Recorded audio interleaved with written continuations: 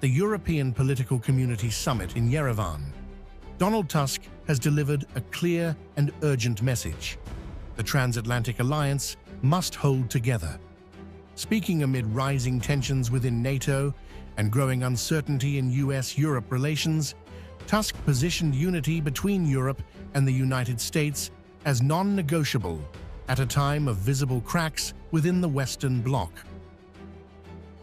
Today's EPC summit in Yerevan should send a clear signal that transatlantic ties and European-American friendship are our shared responsibility, and that there is no alternative to this. The warning comes as the United States moves to withdraw thousands of troops from Germany, a decision that has intensified concerns about strategic divergence within NATO. Tusk's message underscores a broader anxiety across Europe, that internal divisions, not external threats, are emerging as the alliance's biggest vulnerability. We need each other more than ever before. Our allies can always count on Poland. The summit itself reflects the scale of the challenge. Leaders from across Europe, including the EU, the UK, Ukraine, and the South Caucasus, have gathered to address security, economic stability, and democratic resilience. For the first time, Canada, represented by Mark Carney, has joined the forum, signaling expanding stakes in the transatlantic debate. Tusk has also stressed the need to preserve political cohesion beyond the European Union, highlighting the role of partners like Armenia in maintaining regional stability. His remarks position Poland as a reliable pillar within NATO, even as the alliance faces mounting internal strain. But Tusk's warning goes beyond diplomacy. Just days earlier, he described the disintegration of the transatlantic alliance as its greatest threat, a remark that came in direct response to Washington's military pullback from Europe. As tensions deepen, the question now is whether NATO can withstand internal fractures, or whether these cracks signal a more fundamental shift ahead.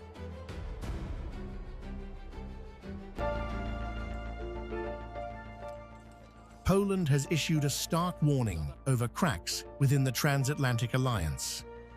Prime Minister Donald Tusk says NATO is facing an internal crisis, just as the United States moves to withdraw thousands of troops from Germany, deepening divisions within the bloc.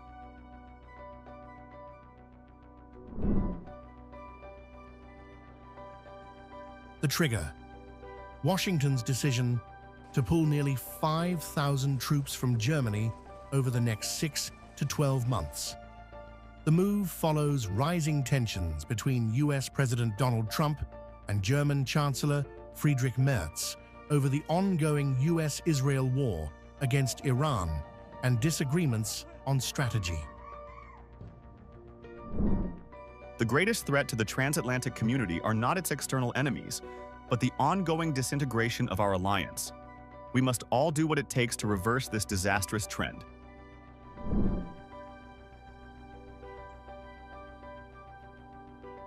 Tusk's remarks underline growing concern within NATO that internal fractures, not external adversaries, are weakening the alliance.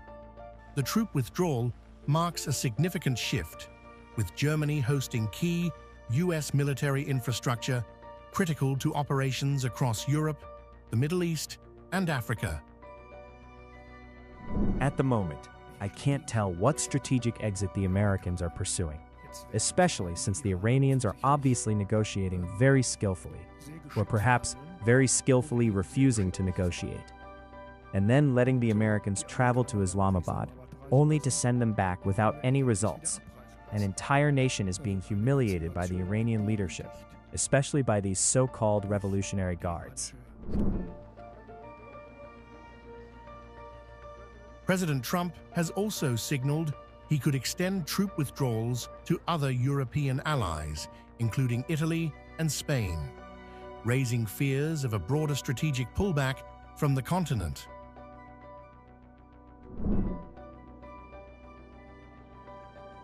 As tensions over the Iran conflict spill into alliance politics, the question now looms large. After Germany, could Poland be next?